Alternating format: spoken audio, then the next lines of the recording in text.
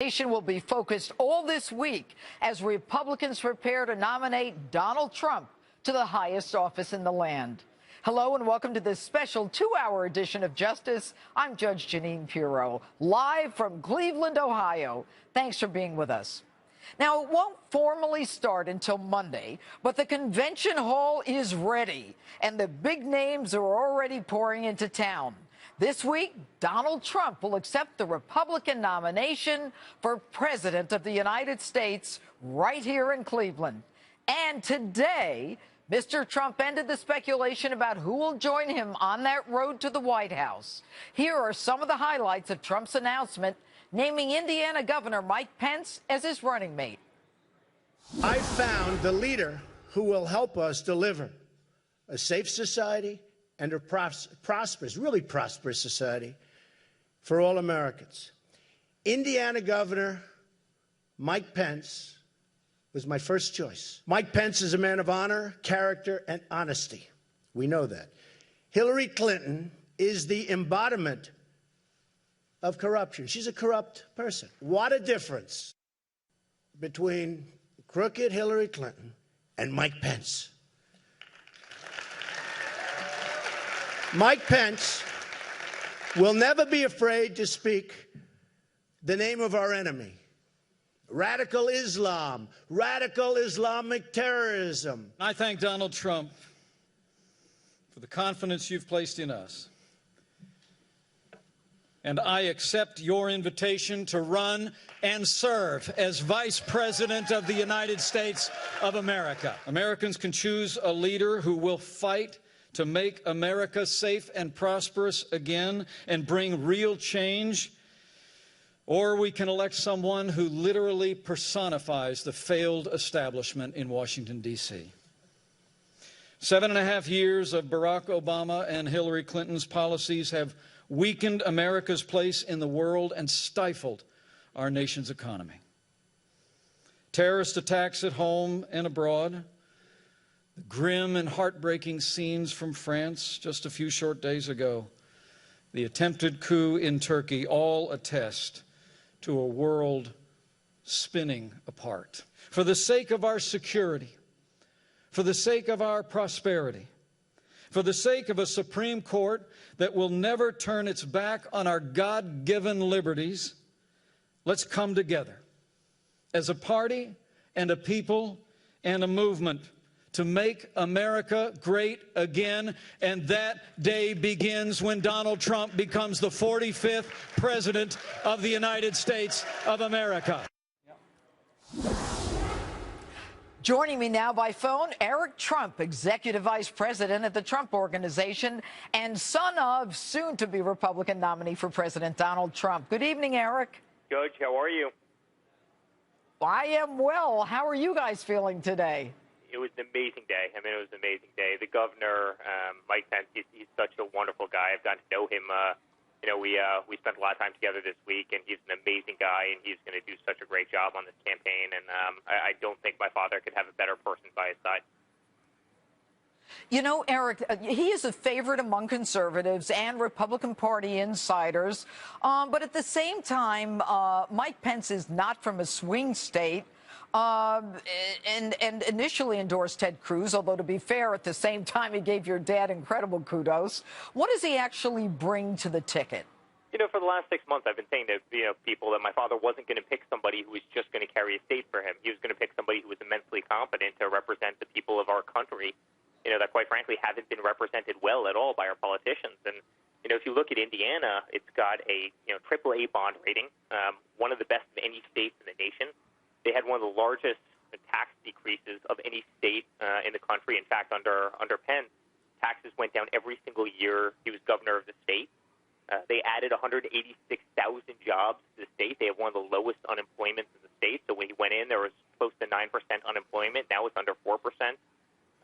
The amount of money, he did one of the largest hikes in educational spending, which has proven to be great for the state. And I mean, the list goes on and on. But I mean, all the things that my father has been talking about for the last year, he's done himself, and he's done a tremendous job. And Indiana is doing incredible, and that's why Mike Pence is ultimately his running mate. He wants to do this, the very same things for this nation. You know, what's interesting is I think that your dad has said all along that he wants someone who is, you know, more the politician, more, you know, kind of the Washington insider beltway kind of candidate. And Mike Pence certainly brings that with his foreign policy experience on the Armed Services Committee, along with his congressional experience and his experience as a chief executive and a $2 billion surplus in Indiana. But now that your father has solidified the right, does he need to move more left to get independence? Well, listen, I don't know about that. I mean, I think my father's been pretty clear on his platform. I mean, his platform is all about jobs. It's all about national security, keeping this country safe, taking care of vets, you know, taking a country that's ranked 30th in the world in terms of, you know, our education, you know, and vastly increasing that. I mean, that's really an embarrassment. You know, and really the message of America first, putting our country ahead of others. I mean, the trade deals, the trade imbalances. You see the $500 billion imbalance with China. You see the $80 billion trade imbalance with Mexico.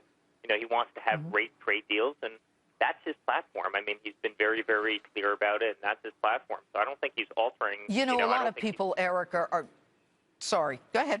I don't think he's moving off that in any regards. He wants to put America first again, and that's ultimately why he's running.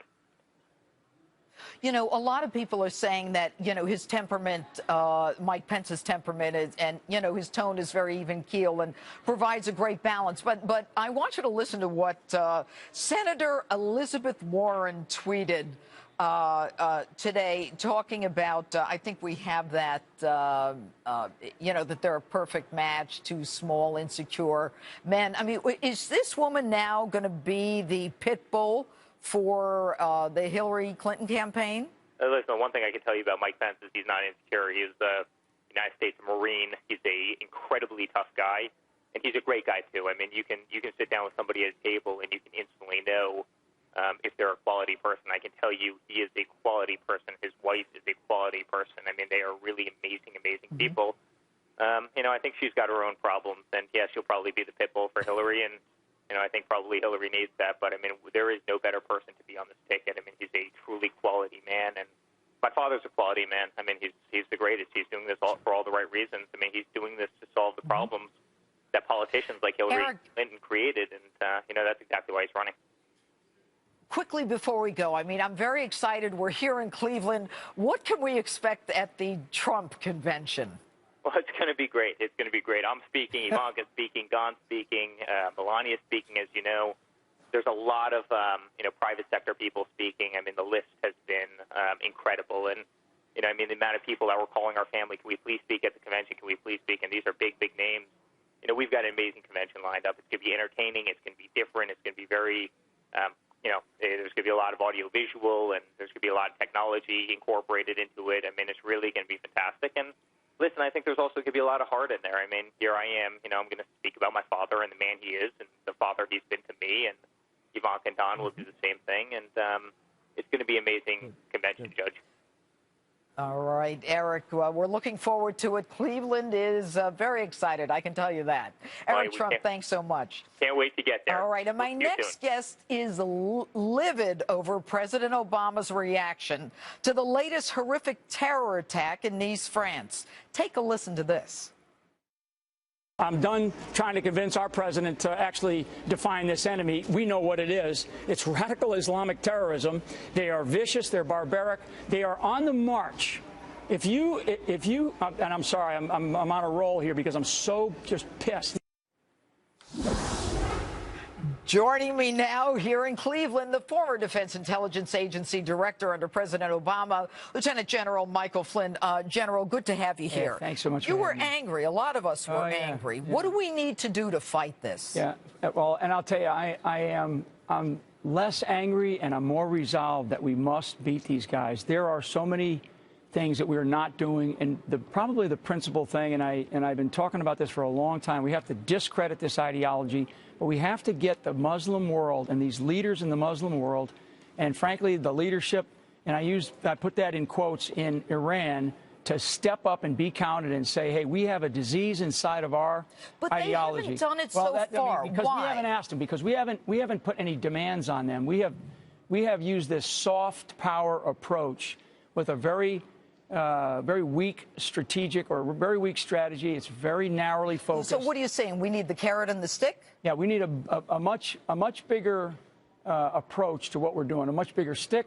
And in terms of the carrot piece, I think that we've probably been given too much of that. You think? Absolutely. Absolutely. Right. And there's been too much of that. I mean, these countries out there, they know they have a problem, Judge. And I'll tell you that until we put more demands on them, I mean, who in the world right now, who in that world has said anything about what happened recently? Well, you know what, General President al-Sisi. President al-Sisi is someone who wanted our help. Yep. And President Obama wouldn't give him the help, would prefer the Muslim Brotherhood Morsi. Or al-Sisi is someone who is interested in helping us. He went to the Muslims and said, to the President al-Sisi, I'm a big fan of his. I know him. President al-Sisi, about a year and a half ago, a little over a year and a half ago, went to the Al-Azhar Mosque in Cairo and called his ideology out. The Al-Azhar Mosque is sort of like the Vatican of the Muslim world, of the Islamic world. So he stands there and he says, what do we expect of of Islam? To have 1.2 billion people kill the other 7 billion people on the planet? I mean, that's almost verbatim. And we basically shunned him. Instead of embracing that leader, we should have jumped on that statement that he made, and we have not. Well, we haven't. And, you know, the president now says he's sending, a few hundred troops to, is that going to help anything? Well, what's that about? Yeah, we're the best enemies in the world because we continue to telegraph what it is that we're going to do. And frankly, I don't know what the great 500, 25, I think is the number, men and women that they're going to send there. What they're going to do, I don't know. I would suspect that they probably don't totally understand what it is that they're going to get themselves into. 2 years ago, we had 175. Today, we're almost up to 6,000. This trickle effect of sending forces to a very incoherent strategy is something that we've got to get fixed. And that, to me, is why I have been so adamant about what I've been saying publicly, but also why I have been attracted for over a year now to Donald Trump's message. It's so refreshing because it's a sort of a tough diplomacy. It's a strong leadership, and everybody thinks it's an isolation. This is not. This is about global leadership by America and putting our country. If we're strong, believe me, the rest of the world can be strong. Are we in a world war now? Absolutely. I mean, we have. I write about this in this book that I just put out. Field of Fight. Field of Fight, and. They have declared war on us. We're sort of dancing around. Dancing. Yeah, we're dancing around because we don't want to say what exactly. We don't want to define exactly what this enemy is.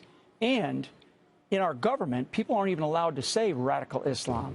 So it's been excised from training. It's been excised from the conversations. It's been scrubbed from the it's too training bad. manual. It's really sad. Okay, so where do we conduct the fight? Where should this fight be conducted? Yeah, the first part of it is really, again, like we did against communism or like we did against the Nazis, we must have a gigantic information campaign against and discrediting this ideology. And this is where we've got to bring the Arab world leaders in to part of it, to join us to do this. They have to take a stand. They have to take a stand. Otherwise, we have to make decisions about America to cut them off from certain aspects of aid, economic aid. So this is where we bring in our economic power. Let me ask you one question. You're a tough guy. You're a strong man. You're about as knowledgeable as anyone on what's going on. Are you scared? Yeah, I tell people that I don't scare easily, but this crowd scares me because I know that they have the intention. They have talked about using chemical, biological, dirty nuclear weapons. I mean, you look at what they do. They run over children, women, people attending, an Independence Day celebration just because they hate us. Just because they hate us. Their view is to either enslave us, make us turn to their way of life, or kill us. Or kill us. That's it. All right. General Mike Flynn, Field of Fight. Yeah, great book. I got it. Great. All right. Great. Thanks for being with us. Thanks. All right. Breaking tonight, Cleveland police on high alert ahead of the start of the Republican National Convention, while protesters have already begun gathering here in Cleveland. Let's go to Fox News correspondent Mike Tobin live outside the convention center with the latest. Mike? And, Judge, we've been watching the city harden up. As you mentioned, we're just outside of the safe zone around the Quicken Loans Arena. And this town has become a maze for all of this 9-foot-high steel fencing that usually extends about as far as the eye can see. I want to show you one more thing that's been a new addition in the last couple of days here, and that's all of this concrete Jersey barrier that's gone in. Obviously, you can't drive a car through that. Now, some 400 police officers from across the nation took an oath to serve in Cleveland today, and they're the first of what should be about 3 waves of police officers taking the oath to serve, to pitch in the effort, and that's in addition to some 3,000 or 4,000 federal employees and agents who are pitching in on the security effort. The demonstrations have already begun. We watch an organization calling themselves the Coalition of the Oppressed today, marching through town. None of the demonstrations have been very big, but one of the prime speakers, Malik Shabazz, you may remember him from Ferguson, he said today that there's no way we're going to get through this convention without some kind of violence. From what I know, and many of the groups on the left, mostly the white left and others, I know for a fact that there's going to be the blocking of highways and there's going to be arrest and you know, there's going to be some things, not here, but it's going to go on next week. It's highly likely that there will be a lot of arrests. There will be tear gas. It's going to be happening. It will be happening here. The courts are going to be open for 20 hours at a crack to handle all of the anticipated arrests. Among the gear that police have purchased, some 10,000 sets of flex cuffs. The police, we've seen them all around town. The mayor says they're going to maintain a soft profile, meaning basic police uniforms and duty belts. The 2,000 sets of riot gear that have been purchased won't come out until the situation gets bad. Judge? Should we? Mike Tobin, thanks so much. And with me now, former U.S. Ambassador to the UN and Fox News contributor John Bolton. All right, good evening, Ambassador. There's so much to talk about. You almost don't know where to start. But I do want to start with Nice. You know, this is France 3 times. They had Charlie Hebdo, the Bataclans, and now Nice. Why is this happening in France? What is unique about France? Why France as opposed to the other countries? Well, I think between France and Belgium, they are magnets for people from the Middle East speaking French, former French colonies. And I think they're particularly vulnerable. You know, I was in Paris the weekend before the attack on Nice. There were armed, uniformed military all over the center of Paris. Apparently not in Nice and some of the other cities. And just revealed earlier this week to show what the mentality of the French government is, a testimony about the torture that the victims of the Bataclan killing suffered before they died, that you can't even repeat on this newscast, that the French government suppressed, not treating the citizens of France like adults to let them know what the criminals these terrorists are. Why? I think because they share, President Hollande of France shares with President Obama a fear that when people learn the real terrorist threat, that in their minds we will overreact, meaning we'll defend ourselves. Right, but what's interesting is President Hollande today said that he was going to go on the offensive. Well, I think after 3 devastating attacks like he suffered, a politician who faces re-election next year has begun to get the message. That hasn't seeped into the White House yet. All right, let's talk about Turkey. So much going on. Why is Turkey important to the United States? Well, as a NATO ally, it's often said it's a bridge between Europe and the Middle East, certainly because of its geography, controlling the Bosporus and the Dardanelles, the passage out of the Black Sea into the Mediterranean. On vacation. Right. All right, so that didn't work. Several people dead, 1,400 people injured or arrested. But was Turkey ever the friend that we needed? And wasn't part of the problem that Erdogan was going more toward the Muslim or the Islamic radicals? No, precisely. The Turkish state that we made a NATO ally was the outcome of the country that rose out of the ashes of the Ottoman Empire after World War I. Mustafa Kemal wanted a Europe-oriented, secular, Muslim, but secular government, no established religion. He abolished the last Islamic caliphate. That's why Osama bin Laden and ISIS are so intent on creating another one. And Mustafa Kemal thought if we couldn't break free of this Islamic hold, we would never make Turkey a modern country. So for 100 years, the military was the guarantee against establishing Islam as the state religion. Erdogan has been clearing that away. So I believe this coup was kind of a last-ditch, last-gasp effort by the pro-secular military forces. It's been crushed. There's no doubt about it. But what's interesting, Ambassador, is that it worked in Egypt. where the Egyptians said, no, we don't want, you know, the Muslim Brotherhood. We don't want to go radical Islam.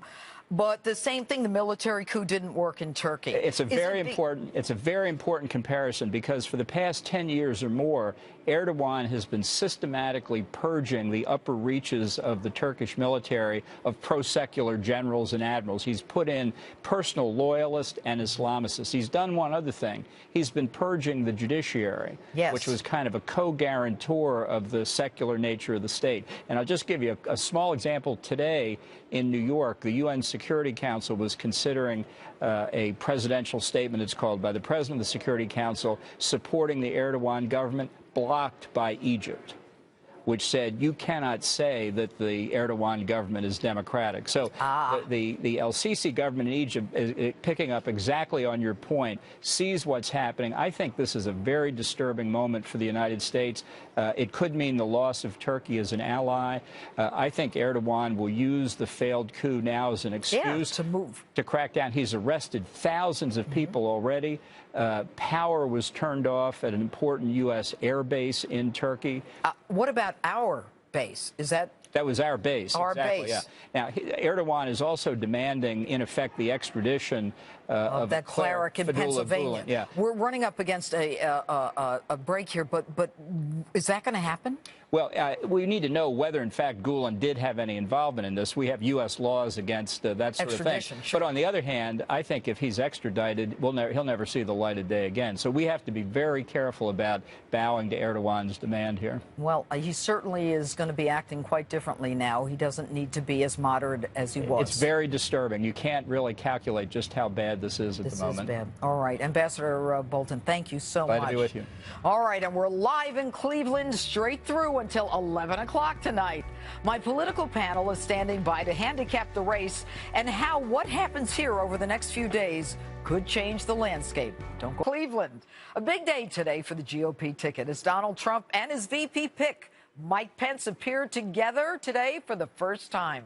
Joining me now to break it all down, my all-star panel, Democratic strategist Nomiki Konst and Republican strategist and Trump surrogate Boris Epshteyn.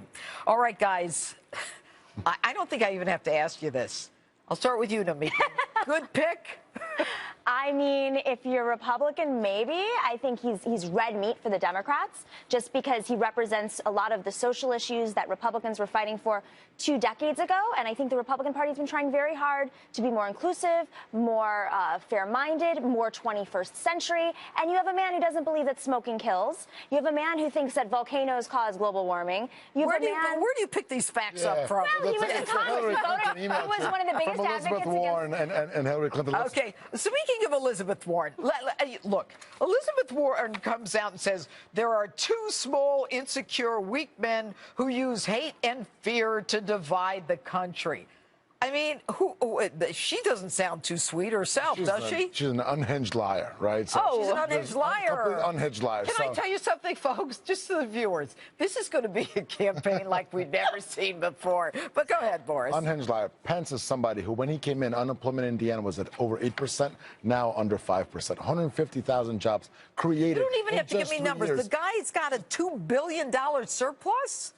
Come on, Nomiki. But don't forget, let's talk about the economy. What happened after the Iraq War? He was the biggest advocate. What about the $2 billion? That's great, but he also was. That's great.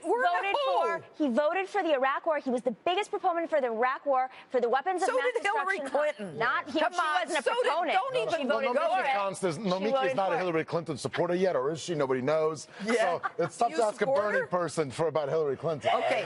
I support moving the Democratic Party in a more progressive direction. Wow, that's a ringing endorsement of Hillary Clinton. So, I mean, you can't criticize when your own party is supporting a woman who voted for the war, too. But let's get down to brass tacks here. What is this campaign going to be like? Is Elizabeth Warren going to be the pit bull? Will she be the VP candidate? I don't think she'll be the VP candidate. I think she will be the new Bernie Sanders of the Democratic Party. Bernie Sanders. Why is Bernie? Is he clamped down? He's the old Bernie Sanders. I mean, she's a next generation. situation.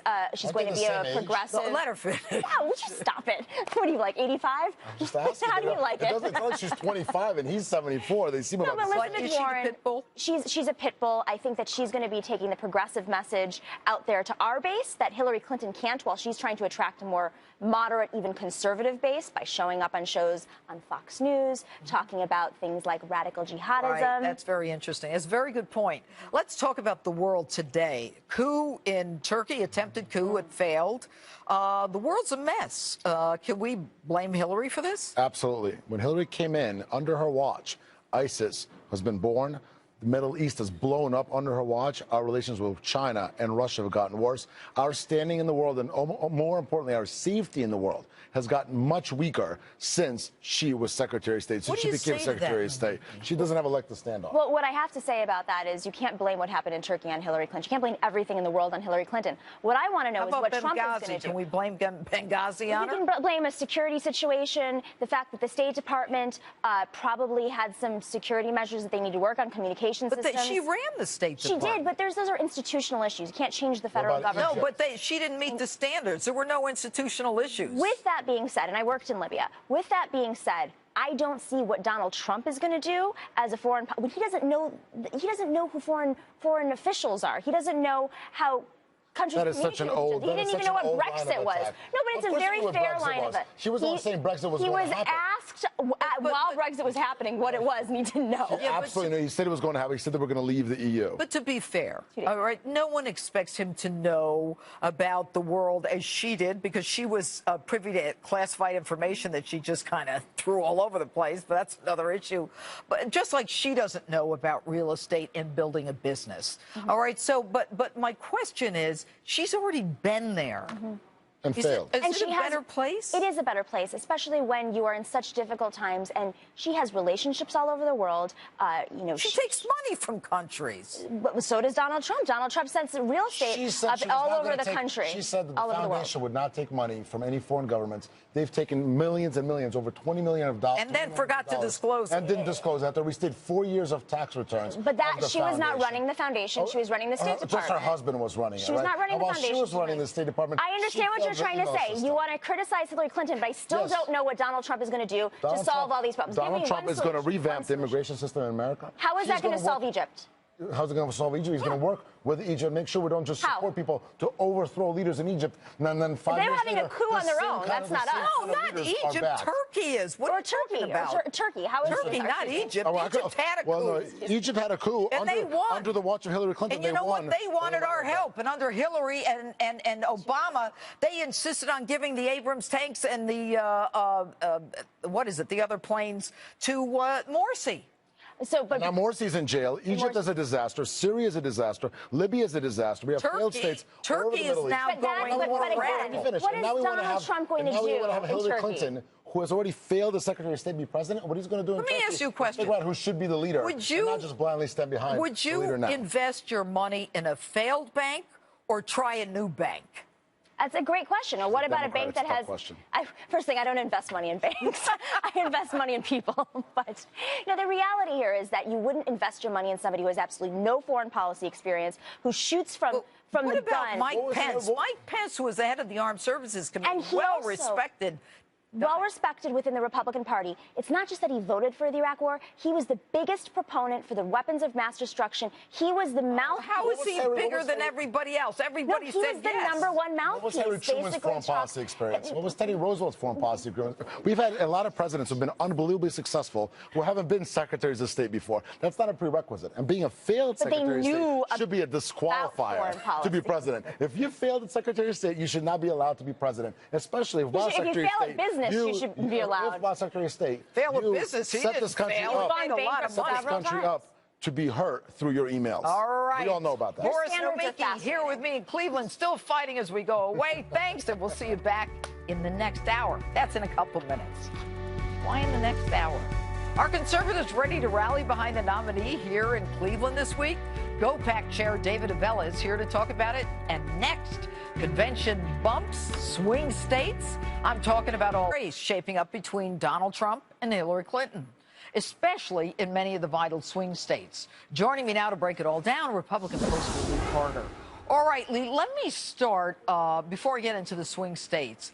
What did Mike Pence add to Donald Trump in terms of the electorate? I think what he added is just he shored up the conservative base now. I think that there was a lot of question whether or not true conservatives were going to vote for Donald Trump. I think he gave him that. So I think some states that have traditionally gone to the GOP, to the true red states that were up at what people were questioning, I think are now more likely to go to Donald Trump. So I think that's really what he was after. Okay. All right. Let's talk about the swing states. And the talk now is that things are starting to even up in Pennsylvania and Ohio and Florida. Donald had a couple of tough weeks there. But in those swing states that we see, Nevada, Colorado, Iowa, Ohio, Virginia, Florida, New Hampshire, what is happening in those states? Look, I think things are really tightening up, but what I'm seeing is that the trends are going a little bit towards Donald Trump and away from Hillary Clinton. And so I think that there's certain states that we're looking at, like Virginia and Colorado, that we're seeing that Hillary's having some good poll numbers. But I'm not as concerned as those. I think the most important thing to watch for Donald Trump right now is Florida. He cannot win without Florida. I think in every model that we've tested, there's only about 6 or 7% of the time that he can win the Electoral College if he doesn't win Florida. So that's where I'd be focusing most of my attention. The other thing that I'd be really looking at right now, go ahead. No, you go. The other thing that I'm really looking at right now is where the independent voters and the undecideds. In many polls, we still have 19 to 22% of undecided voters at this point. And undecideds and independents, depending on the state, certain states like Virginia, they seem to be breaking for Donald Trump, which is really interesting. So we really need to keep our eyes on those numbers as well. And are some of those numbers due to the issue with, manufacturing, coal workers, and Hillary basically saying they'd all be out of work? Those states are Pennsylvania and where else? What other swing state might be involved in that?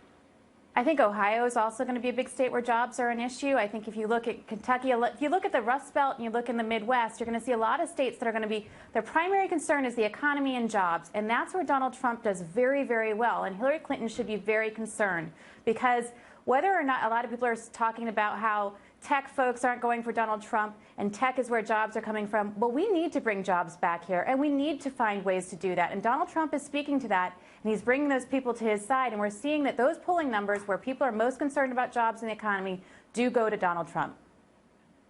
And Mike Pence, I think, solidifies that. But let me go back a little bit in time. The number was very high as when Jim Comey came out and said, there's no basis, no reasonable prosecutor would bring charges or indict Hillary. That didn't go over too well with the electorate. How has that affected her numbers? That did not do well for Hillary Clinton. I don't think that we've seen the end of that. Fully 92% of the population right now, of voting Americans, believe that Hillary Clinton either did something criminal or did something extremely careless and wrong. And that really goes to her judgment, and that's going to have a huge impact. And I think that, 3 weeks ago, 4 weeks ago, we were seeing that she was ahead in the polls by 7 points, 5 points, and now in nationwide polls, you're seeing it's 40-40, neck and neck. And I think that's really a result of that. We also haven't seen fully the impact of the most recent events, whether it's the Dallas shootings, the horrible incidents in Nice, France, and seeing now what's happening in Turkey. And I think all of those issues are likely to play against Hillary Clinton as well. All right. Lee Carter, thanks for being with us tonight. Anytime. And Scott Baio is still ahead in our second hour tonight. And next, GOPAC of the Republican National Convention. Joining me now to weigh in on all the latest developments, GOPAC chairman and Republican strategist David Avella. All right, David, you're chairman of GOPAC, Republicans. I assume everyone's happy with Mike Pence. We are. As a VP. In fact, I've got my speech ready for when I deliver it Monday afternoon before the delegates to the convention. And then I'm going to come down and stand beside you so we can wave our Make America Great Again signs in unison. You know what? It would be great if we could, as a country, be more united than we are right now. And what's interesting, David, is that after what happened in Nice, I think more and more Americans are thinking about the fact that terrorism might affect not just us over here, but someone in their family. How does that play into the party and the candidate? You hit on a very important point for this election. Every week when there is a new attack, it makes voters think more and more about their personal security. And recently, Pew Research, that has been tracking this well before 9/11, but came out with its newest findings that 51% of Americans now think they or a member of their family will be a victim of terrorism. And as those numbers stay that high, or hopefully they don't, but could get higher, it only makes foreign policy and terrorism more of an issue. And on this issue, look, there couldn't be a bigger difference. You have Hillary Clinton, who allowed 4 Americans to die in Benghazi, and who was part of every major foreign policy decision that has helped get us to this point in where we are in the fight on terrorism, versus Donald Trump, who says we're going to close down our borders to make sure we know who's coming in here. We're going to get out people who have committed crimes and want to do harm to America. We're going to get them out, and we're going to get tough on terrorists. Now, that's a pretty easy choice for most Americans about who they're going to vote for. But you know what? So many Americans, and I don't have the numbers right now, but, you know, she is seen as someone who's got better numbers on foreign policy. And I don't quite understand that, but let me pose this question to you. After Nice, Hillary Clinton comes out and she says, we need to, you know, get more intelligence. That was her response to Nice. Certainly, we need to get more intelligence, but we also need to get tough on the folks who are actually committing the attacks. And intelligence helps with that. There's no question about that. But for more money to help beef up the intelligence. Look, as we just talked about, she has been part of and helped put us on the current track that we're on. And so for her now to have these new ideas is somewhat disingenuous. Yeah. And it also goes to why people don't trust her. And finally, Donald Trump speaking at the convention, obviously, and the family. What do you think the numbers are going to be? Is it going to be good for Republicans and for the television stations? Look, Donald Trump is going to get the highest rating for a speech of a presidential nominee in history. Love him or hate him, people tune in to what he has to say. It is going to be a good night for television. It's going to be a good night for ratings. And it's going to be interesting. It sure is.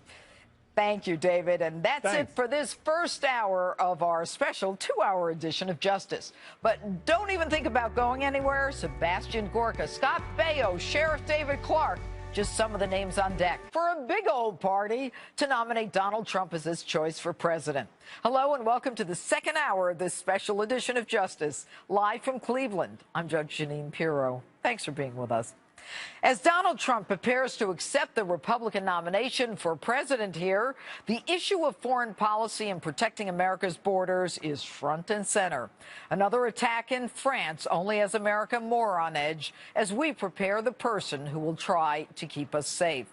Joining me now, counterterrorism expert Dr. Sebastian Gorka. Good evening, Doctor. Good evening, Judge. All right, Doctor, in light of what happened in Nice this week, and I'll get to Turkey in a moment, how does this play out in terms of the election and in terms of what it looks like going forward? Well, I think it simply reinforced what we've seen in the last 18 months. If you'd looked at the election, say 2 years ago, people would have said, yes, it's going to be about taxes, economics, pocketbooks, Obamacare.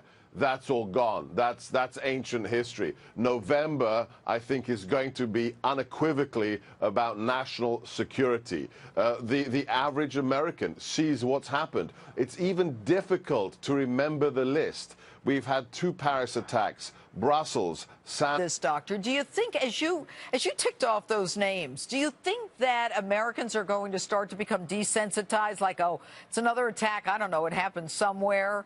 And, you know, do they, on the one hand, you've got that desensitization, and then on the other hand, you've got people saying, this is coming to my country and probably my town? Look, I think that you can be inured over time to these issues, but the people I talk to really aren't. And for me, as a relatively freshly minted American, Americans are defined by common sense. And when you look at the fact that we've now arrested or killed 107 people linked to ISIS on U.S. territory, I think people are starting to realize this isn't something you just get used to. This is a war that has arrived on America's shores. It's not just about September the 11th, 15 years ago, or it's not about something happening in Mesopotamia, in Baghdad, in Fallujah. It's happening right here in nightclubs in Orlando, at Christmas parties in San Bernardino. So my impression is, no, people are worried, and they have every right to be judged. And what about what Hillary Clinton said? I thought it was fascinating. She said in response to needs, we need more intelligence. I mean, has that helped us? Yeah, who's going to give her intelligence? Could you imagine if she's the commander-in-chief? I never thought of it that way. Nobody's going to share anything with her, not even confidential stuff after the homebrew server. I mean, it's a joke. It's a bad joke, Judge.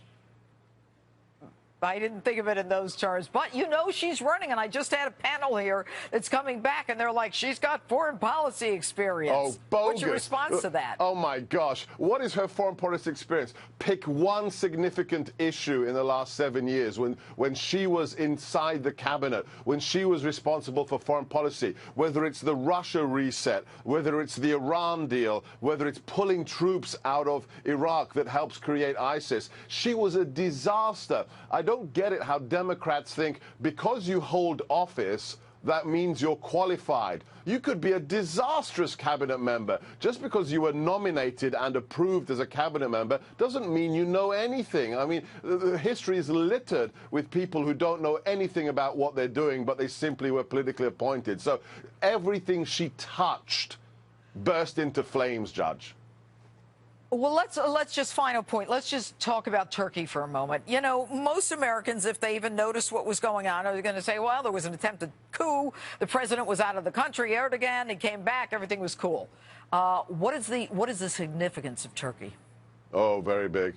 I mean, to be honest, on the Eurasian landmass, there are very few countries that are really important. You know, we love the Brits. You know, we like to go on holiday to Italy or France. But when it comes to really geostrategically important countries, there's Germany, there's Russia, and there's Turkey. Turkey is a pivotal nation. Look at its role in the Cold War as a stalwart ally of the United States, the bases we had there, the southern flank against the Soviet Union. Turkey is incredibly important by itself, and the real significance is the good guys lost. You know, military coups can be good or bad, and under Atatürk's model, it was the military that guaranteed the secularity of the modern Turkish state. They've had enough of this Muslim Brotherhood wannabe Erdogan, and they stepped in to get rid of him. But you know, Doctor, I'm going to interrupt you here because I'm coming up against a break very quickly. Sure. This happened in Egypt, the same thing. The military rose up and said, we want to be secular. We're 80, 90% Muslims in Egypt, but we want to be secular. Get rid of the Muslim Brotherhood. Why didn't it work in Turkey?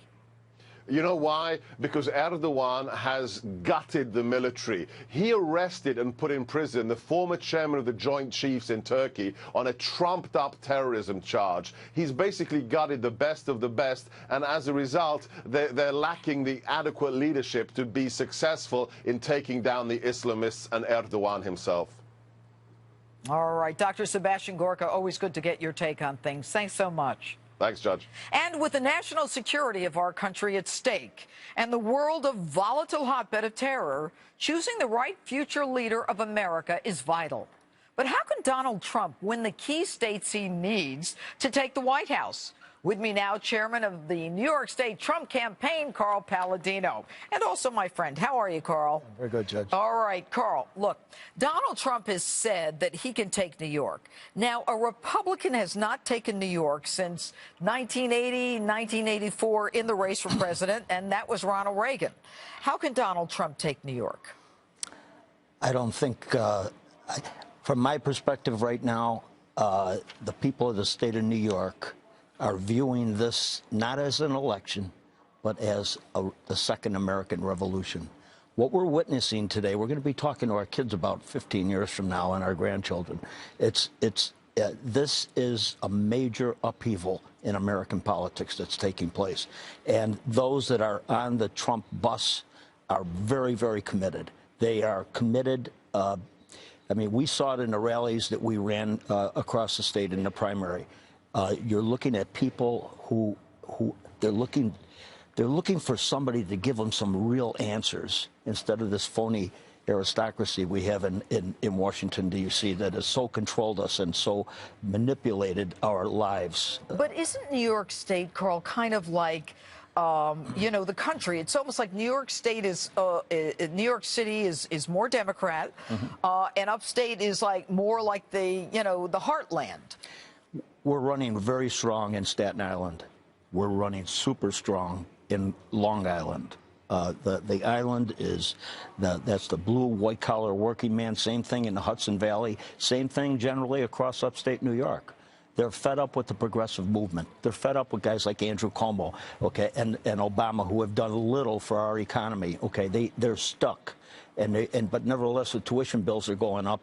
Okay, the cost of living is going up, and they're not having the opportunities they should have. You know, when you talk about the economy, Carl, I remember, I believe it was in 2006, that Hillary Clinton said, I'm going to bring 200,000 jobs to upstate New York. I researched that, and I think at the end we had a net loss of jobs. Do New Yorkers remember that? They remember it very clearly. What we're going to see in New York is a huge crossover from the Democratic working man. He's scratching his head and wondering, why am I still in a Democratic Party? Okay, when the Democratic Party has done nothing to help me in my life, to help my family, okay? Democratic Party is supporting Goldman Sachs. They're supporting all this nonsense that's taking from us. Since when does our foreign trade become a conservative value? It's not. It's never been. Our trade, this idea that trade is a conservative value is ridiculous, and the press keeps harping on it. I don't get that. Well, let's talk about the unions. Where are they in this? We're going to take the unions. We're going to take the working man.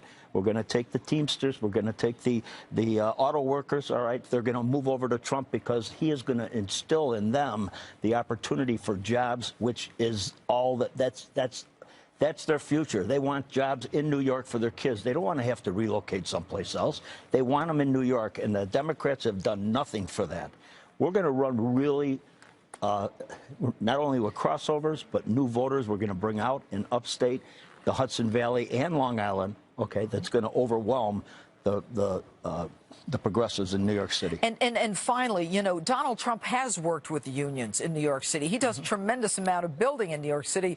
So even if somebody were to compare upstate New York, which is where I'm from originally, to downstate, people have said that downstate New York City always beats upstate. Judge, you remember when you were a kid, your parent? No, not really. It was a long time ago. Your parent would tell you, you do this, you do this, you do this, and you're going to have a good life, and you're going to have, you're going to live the American dream, okay? And things are going to be good for you, okay? Just play by the rules, get educated, get a job, be responsible to your employer, be honest, okay, and live family values. What American today, what working man American can tell his kid what it looks like for this country a year from now, let alone his entire future?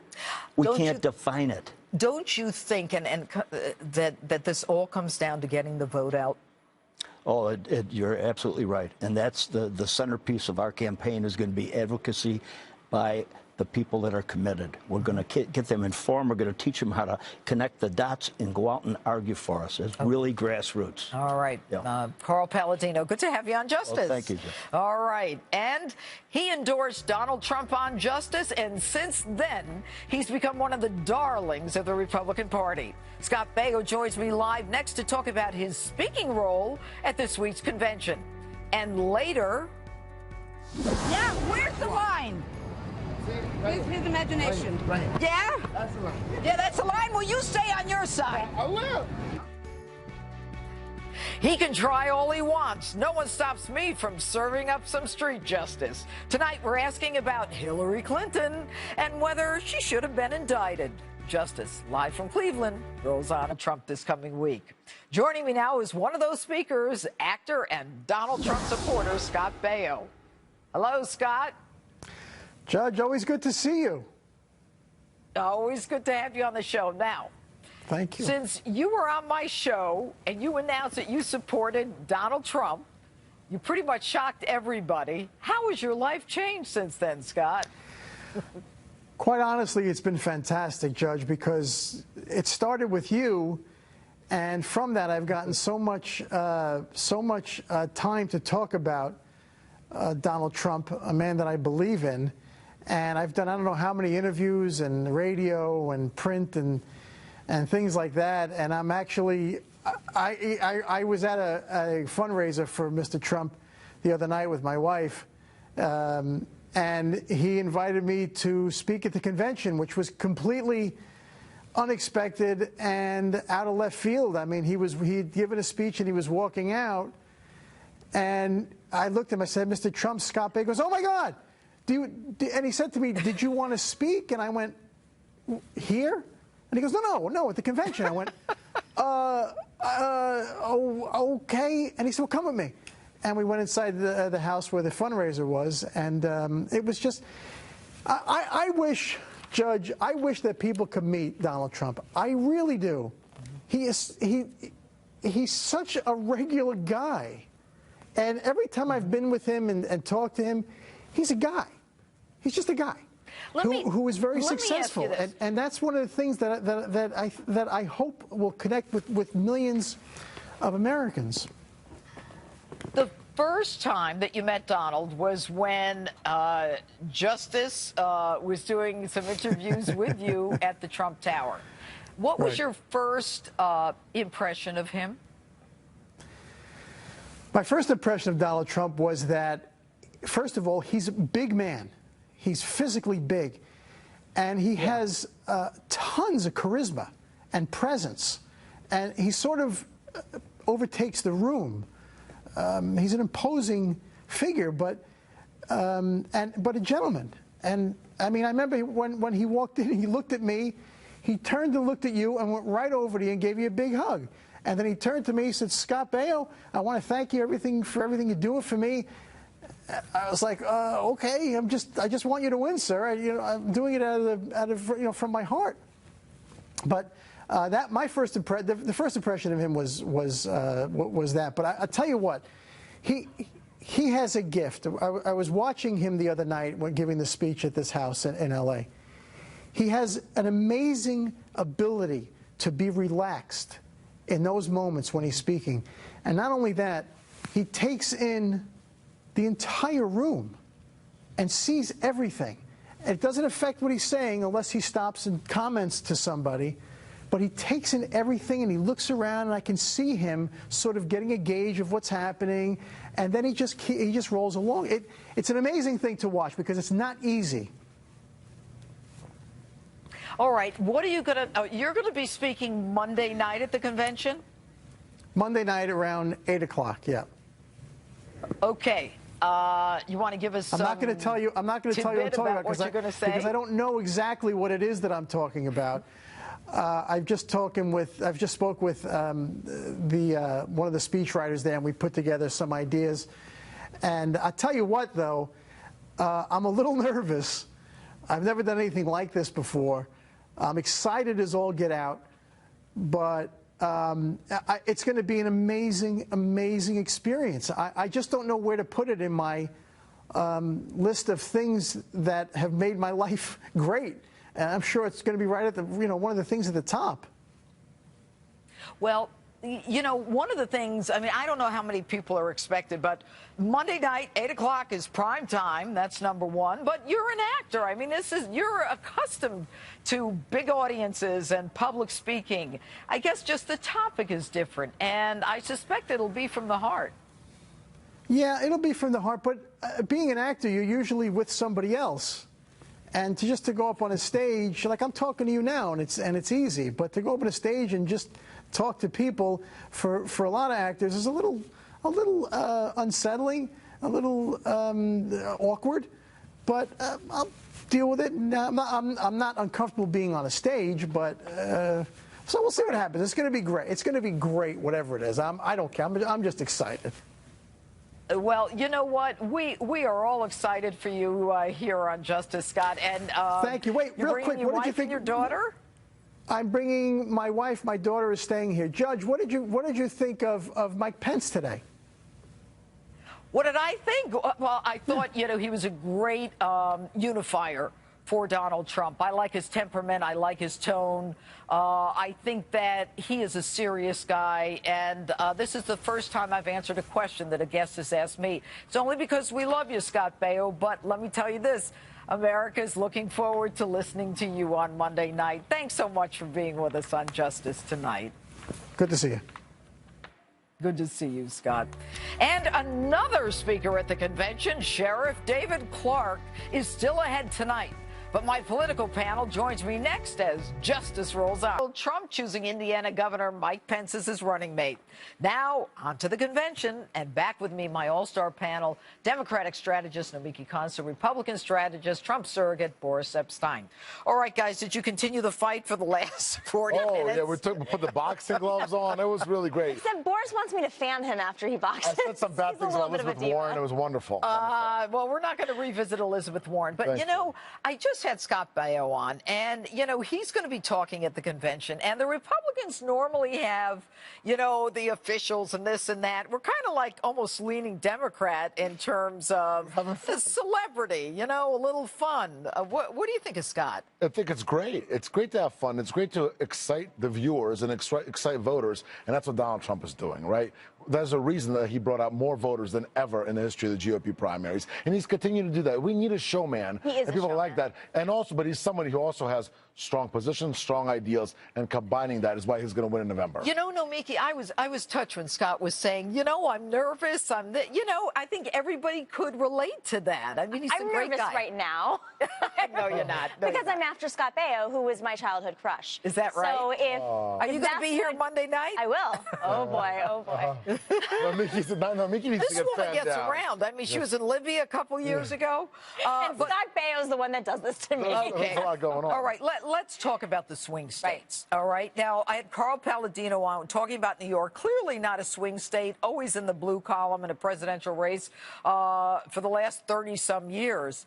But these swing states, Colorado, Nevada, Iowa, Ohio, Virginia, Florida, New Hampshire, Donald Trump is moving up very tight with Hillary. What's that? What is that from, Nomiki? So last week when this poll was conducted was her worst week ever. It was the week of the FBI investigation, the week that she was constantly spinning, and then spinning and the maybe story, spitting right? too. Well, she wasn't barking. Yeah, I'd be spitting if I should go to jail. But, this week she was endorsed by Bernie Sanders, and we do expect there to be a significant bump, especially among those blue-collar, Rust Belt state workers. Well, why would they vote for her when she wants to get rid of the coal mines, fracking, and all the other stuff? Well, she's not against fracking. She's pro-fracking. She said the coal miners are going to lose their jobs, that the industry is going to leave West Virginia. It's good. Listen, fair enough spin to the Democrats to say that's going to happen, but it's not. Those voters are not going to go. Sorry, go ahead. She does accept money from natural gas industry, and fracking is a big issue in these states, and it's an issue that's bipartisan. The Republicans who don't want fracking in their communities. But I think the issue we have to be concerned about is TPP. The Republicans are against TPP. It's not in their platform. Donald Trump is against TPP. Hillary's for it. The majority of Democrats are against it. Mike Pence, though, is for it. Yes. So it's confusing. Go ahead, Boris. Nomiki, were on a show a couple of days ago, and I've been sensing Don't mention the name of it.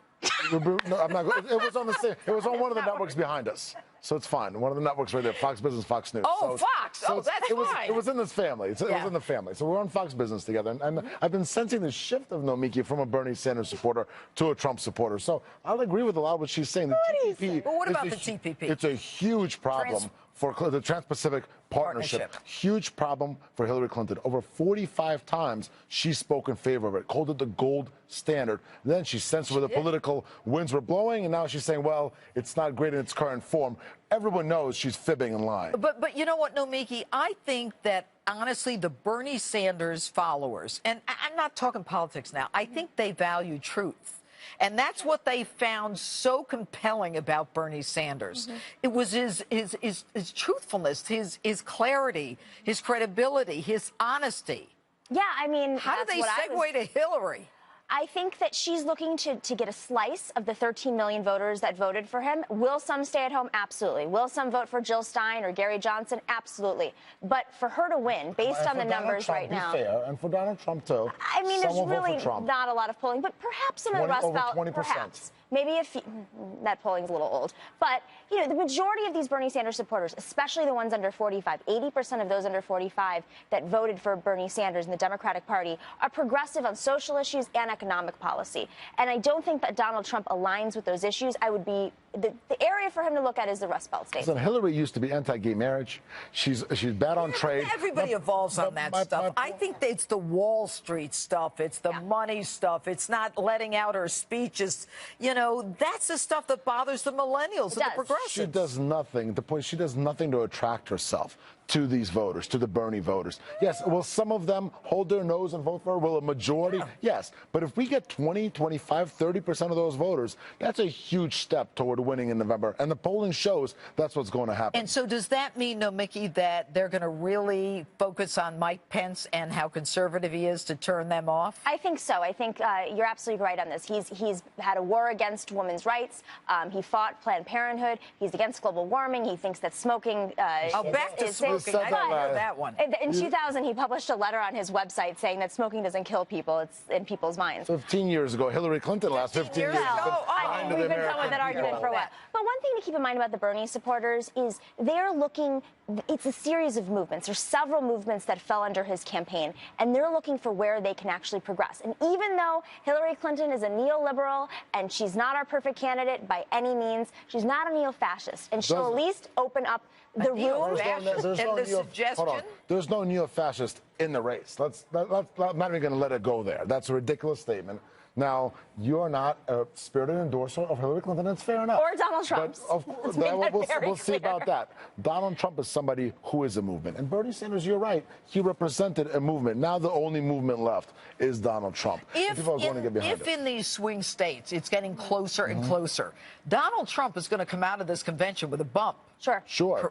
No doubt. Yep. And Hillary's convention is the following week in Philly next week. The week after this week. But the question is, will she get the same kind of bump, or is she tarred from the Comey, Loretta Lynch, that whole thing, a reminder of that? People, you know, bristle at that. It's almost 60%. I think Democrats are frustrated by that. Some are. There's the trustworthy factor, but it's not going to keep them home, because when they look at the opposition from a Democrat's perspective, when those who are progressive on social issues and economic issues, Donald Trump is not the solution to that, because he's not offering the solutions that they're looking for. She should be most concerned with those voters that are going to stay home. Yeah, but if you look at the voters who are concerned for their jobs, the blue-collar voters, for a lot of them, it was either Bernie or Trump. Now it'll be Trump. Now, there's a state that was not on there. That's Pennsylvania. Trump is up in Pennsylvania right now. Could be the first Republican since 1988 to carry that state, and then he wins in November for sure. It'll be very interesting, guys. Nomiki, Boris, thanks so much for coming back. Live in Cleveland. And Street Justice is still ahead tonight. And next, I'm talking law and order and Donald Trump with Convention Speaker Sheriff David Clarke. Stay with Justice, live from Cleveland. That's Malik Shabazz from Black Lawyers for Justice talking about the protests at the Republican National Convention. It's just 2 days away, and the stakes could not be higher in this historic race for the White House. Joining me now by phone, Milwaukee County Sheriff David Clarke, who'll be speaking at the convention also. Good evening, Sheriff. How are you, Judge? I am fine, thank you. Malik Shabazz, going to be a lot of arrests, from what I know, blocking of highways, tear gas, etc. What do you make of all that?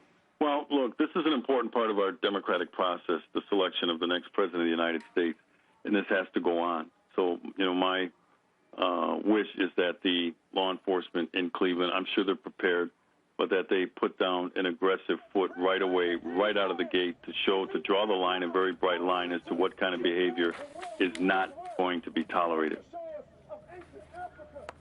You know, one of the things, Sheriff, and I don't know if you could see this, but I've been in Cleveland all day today, and I went to the rally that was supposed to, you know, garner 10,000 people or something. And the way I counted, and the pictures are now up on the screen, there couldn't have been more than maybe 100 people there.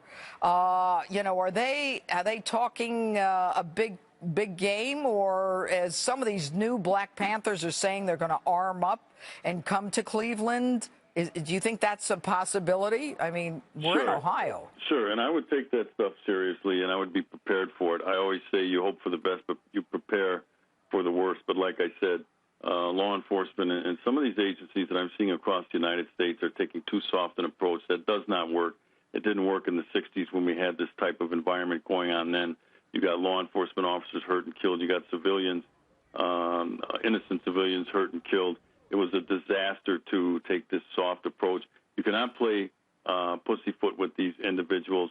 You have to throw the hammer down early. Like I said, reasonable, but it has to be effective. And you know what they understand? They understand force. They do not understand a passive state by law enforcement. So, you know, there's a balance here. And that's for the commanders on the ground, the law enforcement commanders. You don't want to overreact, but at the same time, you do not want to hesitate. And I know for a fact, I've been doing this for 38 years. If you send a loud and clear message right away to the criminal element, to these thugs, to these anarchists, you know what? They'll get the point. They'll still push you a little bit, but they'll know where the line is. Right now, they do not know where the line is, and so they continue to push. Well, I think that's very true. And, you know, Sheriff, being here today, I mean, you see a lot of a law enforcement presence. And my next guest, Chris Cox, who's with me, we're going to be talking about some of the motorcycle groups that are coming here. But let's talk about you and the convention. Now, Scott Baio was just on, and I asked him what he was going to say at the convention. Do you know what you're going to be talking about? And which night are you here? Wednesday? I'm Monday. I'll be arriving in town tomorrow and preparing. I do have a prepared speech. I don't want to let too much of the cat out of the bag, but I think if people were to take a guess, you can kind of know what I'm going to talk about.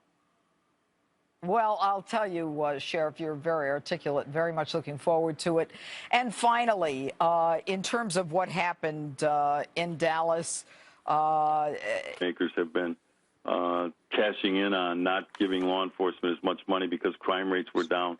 But when you have crime on the run, you want to keep your foot on the neck of the criminal and of the criminal of crime and disorder. You don't want to let off the throttle, but that's what we did. Now it's coming back to haunt them. We don't have the equipment. President Obama ended the 1033 program, which allowed law enforcement officers and law enforcement agencies to use surplus military equipment, not tanks and surface-to-air missiles, but things like ballistic armor, ballistic vests. We can no longer get that stuff.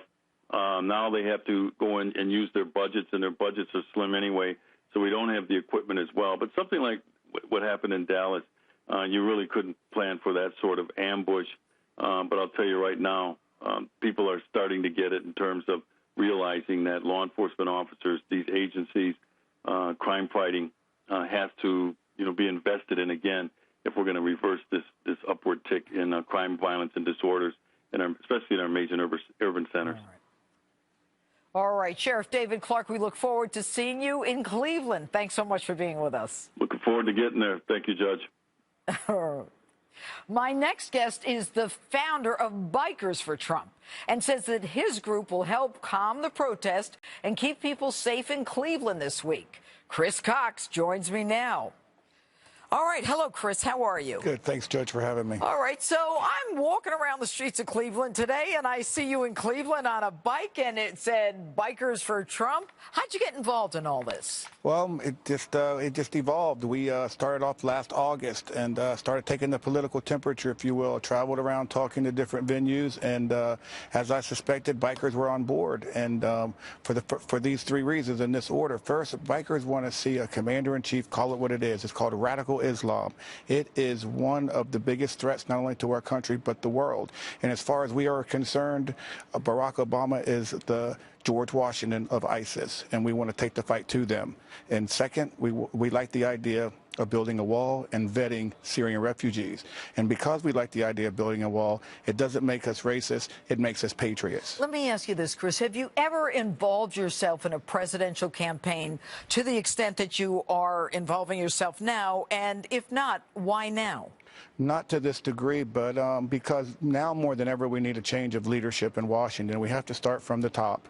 And it's more evident than ever as we see that these people coming forward, calling for the destruction of private property, calling for police officers' lives to be taken. It's it's irresponsible. And we believe it is incumbent upon all who understand the value and the support of our veterans and our law enforcement, our first responders, that we must get behind them and to support them. All right. Now, Bikers for Trump. A lot of people, when they hear bikers, sometimes they think Hell's Angels. And the majority of you guys are, what, ex-military? Veterans, yes, ma'am. A lot of people have that image in their mind because of Hollywood. But in reality, bikers are not only blue-collar, but they're white-collar. And many times they have reached the top of their field. For instance, Franklin Graham has a motorcycle ride from North Carolina to Alaska every year to raise money. Jay Leno is a motorcycle enthusiast. Kyle Petty from NASCAR, he raises money every year by on motorcycle rides. I'm not suggesting I know their political orientation. I'm just saying that the idea of the biker is not what most people have in their head. And just for my viewers, the way he looks now is not how he looked this afternoon when I saw him on the street in Cleveland.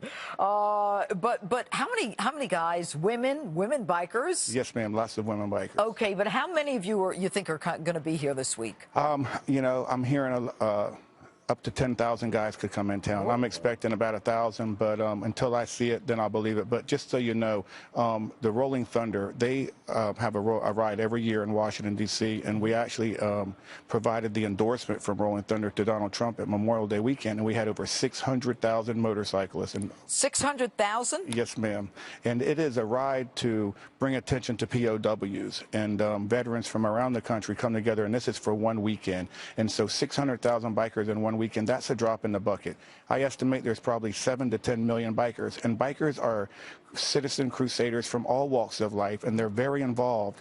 And if they're not raising money to put a roof on the house of a veteran, they're raising money to put an engine or a transmission in his car, or they're having toy runs in December to make sure that children have... But now you're doing this for Donald Trump. Yes, ma'am. We're bikers for Trump. And then very quickly, because we've got to wrap here, but you indicated that, you know, when you heard that there were certain people who were coming here that were going to try to protest, you're here to kind of rebut that. We are going to be standing in force, and if we are asked to, we will form a wall of meat between the police officers and the protesters so that we will be able to circumvent this, you know, we're just not going to stand for it. We're really upset about what's going on. We want to stand behind the police department, the first responders, and the firemen, and we're going to do our best to see that no harm comes to our delegates. Chris Cox, it's great to have you on Justice. Thanks so much, and keep on riding. Yes, ma'am. Anyway, you had to wait 2 streets and ask people if they thought Hillary Clinton should have been indicted. Take a look. You've got Law and Order on your shirt. Do you believe in law and order? Absolutely. What do you think what the FBI decided about Hillary Clinton? I think it's a travesty. Why? Well, the thing is, everybody has to abide by the law equally, and it doesn't seem like that happened. Is your confidence shattered? It is. It is. Thank you, Law and Order. Are you disappointed in the American justice system? Right now, yes, absolutely. What do you think the public's reaction to this is going to be? They're mad. Everybody's mad. That's why Trump's doing so well. It sends a message to everybody in the U.S. like, gee, you know, if you're a certain level or have power or money, you can get away with things. And the regular Joe Schmo on the street probably be thrown in jail. Why do you think the Clintons keep getting away with it? It's brand fatigue. I think it's being a Clinton. I think they're above the law in a certain way. You like Hillary Clinton? Of course I like Hillary. Why, of course? Because the Democrat, you know, she's good for, you know, for different country people, you know. She hasn't done anything in 20 years. What makes you think she's going to help you now? She expecting, you know, do something, you know, good stuff. Yeah, if you were on a rooftop in Benghazi waiting for help, she didn't help them and they died. She'll try, you know. She'll try? I think she went to bed that night. What do you do? I work on Broadway. You work on Broadway? Well, what show should I see? You should go see Fully Committed. Are you in that? I don't believe in being fully committed. I think you should be fully committed and go see it. Who are you going to vote for in November? Quick. Hillary, sure. Hillary. I knew I'd get the answer. Oh, they're booing you. Do you think there's a double standard when it comes to the Clintons? Oh, absolutely. I think they've always felt that they were above the law, and they've conducted themselves that way their whole career. If she lied and said she never had classified information, then why is it a good decision? She lied. Look, Martha Stewart went to prison for a year for lying once. Hillary lied for a year. Right, but those lies did not constitute perjury.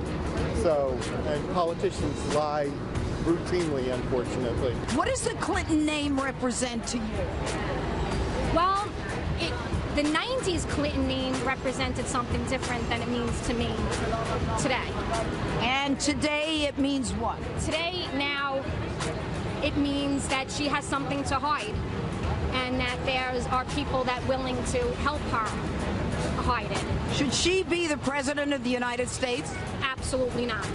Absolutely not. Why they get away with stuff, I don't know, but it doesn't seem like the United States because she gets away with everything she could do. I couldn't get away with a ticket if I parked there for 5 seconds. This woman gets away with anything she wants to do. Anything she wants to do. And if you don't vote for Trump and start listening to the man, we're dead, all of us. Yeah, where's the line? His imagination. Yeah? Yeah, that's the line. Will you stay on your side? I will. Did you hear what I said? Why Hillary? I love you, Judge Janine. And that's it for us and tonight's special 2-hour edition of Justice, live from Cleveland, before this week's Republican National Convention. Thanks for joining us. Remember, friend me on Facebook, follow me on Twitter, and on Instagram at Judge_Janine. And don't forget to keep